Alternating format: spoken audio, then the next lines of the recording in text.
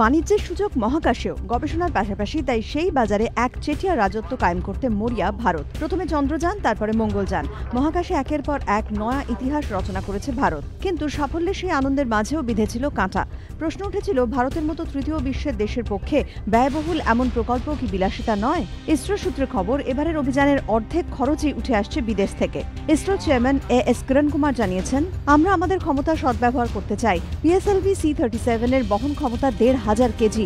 আমাদের ৩টি উপগ্রহের ওজন মাত্র ৬৮০ কেজি।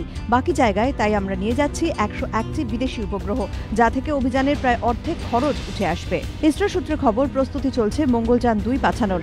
স্বয়ংক্রিয় রোবট পাঠিয়ে মঙ্গল গ্রহ থেকে নমুনা সংগ্রহ করে আনার লক্ষ্য নিয়েছেন বিজ্ঞানীরা। চলছে চন্দ্রযান ২ অভিযানেরও তোড়জোড়। নিশানায় আছে শুক্র গ্রহ। সব মিলিয়ে অন্তরিক্ষ জয়ে সবাইকে পিছনে ফেলে দিতে তৈরি ভারত। এবিপি আনন্দ।